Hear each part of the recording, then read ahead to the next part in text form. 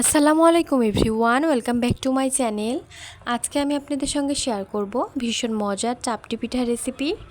আর এটা কিন্তু খেতে ভীষণ মজার হয়, আর ছোট থেকে বড় সবাই খেতে খুবই পছন্দ করবে। আর এটা অনেক ক্রিস্পি হয়, গরম গরম অনেক ক্রিস্পি থাকে, খেতে অনেক বেশি ভালো লাগে। আর এই চাপটি পিঠাটা তৈরি করা খুবই সহজ। আমি চাল ডালের মিশ্রণ দিয়ে এই চাপটি পিঠাটা তৈরি করে নিয়েছি। আর বাসায় যদি চালের গুঁড়া থাকে তাহলে খুব সহজে তৈরি করে নিতে পারবেন।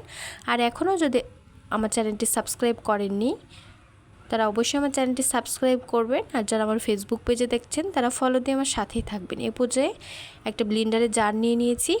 আমি কিন্তু মসুর ডাল নিয়ে নিয়েছি। আমি 2 কাপ চালের গুঁড়া দিব, এজন্য নিয়েছি হাফ কাপের মতো মসুর ডাল, হাফ কাপের একটু কম। এ পর্যায়ে দিয়ে দিচ্ছি একটা মিডিয়াম সাইজের পেঁয়াজ কুচি এবং 5 থেকে 6টা কাঁচামরিচ কুচি। কাঁচামরিচ আমি আস্তই দিয়ে দিয়েছি এবং 1.5টা দিয়ে দিচ্ছি রসুন, মিডিয়াম সাইজের 1.5টা রসুন দিয়ে দিয়েছি। এ পর্যায়ে দিয়ে দিচ্ছি 1.5 চামচ লবণ।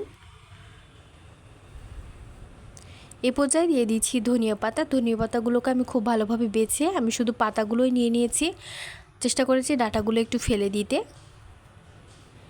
এ পর্যায়ে দিয়ে দিচ্ছি হাফ চামচ গরম মশলার গুঁড়া, হাফ চামচ হলুদ গুঁড়া এবং হাফ চামচ মরিচ গুঁড়া। এ পর্যায়ে দিয়ে দিচ্ছি হাফ চামচ আস্ত জিরা।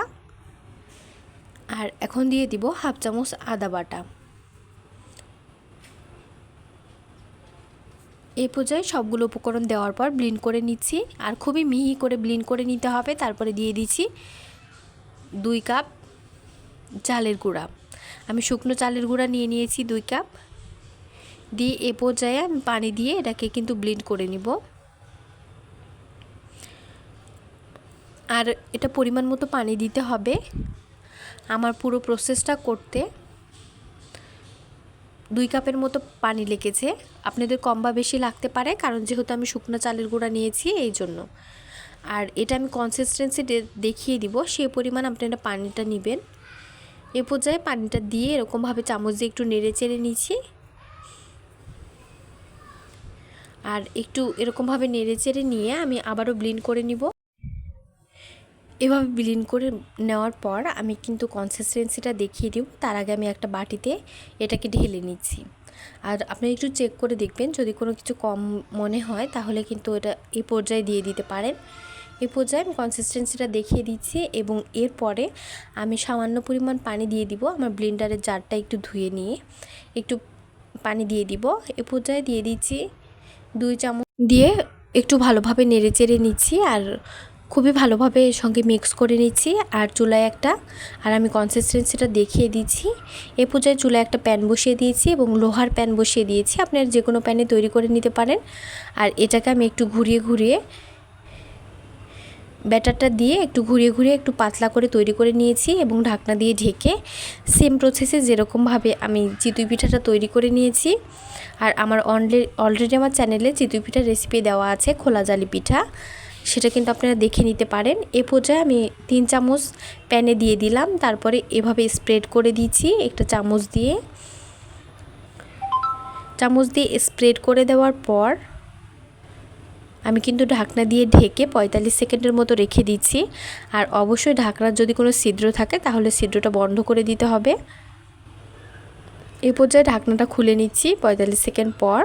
তারপরে আমি ঢাকনাটা খুলে আরও 45 সেকেন্ডের মতো রেখে দিচ্ছি একটু শুকিয়ে যাওয়া পর্যন্ত। তার মাঝখানে আমি তেল দিয়ে দিচ্ছি। আপনারা যে কোনো তেলই দিতে পারেন, সরিষা কিংবা সয়াবিন। আর তেলটা দিলে আসলে খেতে বেশি ভালো লাগে। এ পর্যায়ে আপনারা কিন্তু 2 পার্টটাই ভেজে নিতে পারেন, তাহলে কিন্তু আরও বেশি টেস্ট লাগবে। তবে আপনারা যদি মনে করেন চাপটি পিঠা খাবেন সেক্ষেত্রে আপনারা এভাবেই তৈরি করে নিতে পারেন। এ পর্যায়ে কিছুক্ষণ পর দেখবেন আলতোভাবে উঠে চলে আসবে। সাইড দিয়ে একটুভাবে নেড়ে চেড়ে এরকমভাবে উঠিয়ে নিচ্ছি। আর আমার চাপটি পিঠাটা কিন্তু অনেক লোভনীয় এবং সুন্দর হয়েছে, খেতেও মাশাআল্লাহ অনেক সুন্দর হয়েছে। আর এটা কিন্তু অনেক ক্রিস্পি, দেখেই বুঝতে পারতেছেন কতটা লোভনীয় হয়েছে। এই পর্যায়ে আপনাদের ভেঙে দেখিয়ে দেব কতটা ক্রিস্পি হয়েছে। আর আমার রেসিপি ভালো লাগলে অবশ্যই লাইক দিবেন এবং কমেন্ট করে জানাবেন কেমন হয়েছে। এ পর্যায়ে আমি ভেঙে দেখিয়ে দিচ্ছি কতটা ক্রিস্পি হয়েছে। আর এটা গরম গরম খেতে কিন্তু অনেক বেশি ভালো লাগে। আপনারা ধনিয়া পাতার চাটনি কিংবা যে কোনো কিছুর সঙ্গেই পরিবেশন করতে পারেন, কিংবা শুধুই খেতে পারেন, কারণ এটা যেহেতু সব কিছু দিয়ে তৈরি করা। আর আমার রেসিপি ভালো লাগলে অবশ্যই চ্যানেলটি সাবস্ক্রাইব করবেন এবং পাশে থাকা বেল আইকন ক্লিক করবেন। এতক্ষণ সঙ্গে থাকার জন্য ধন্যবাদ সবাইকে।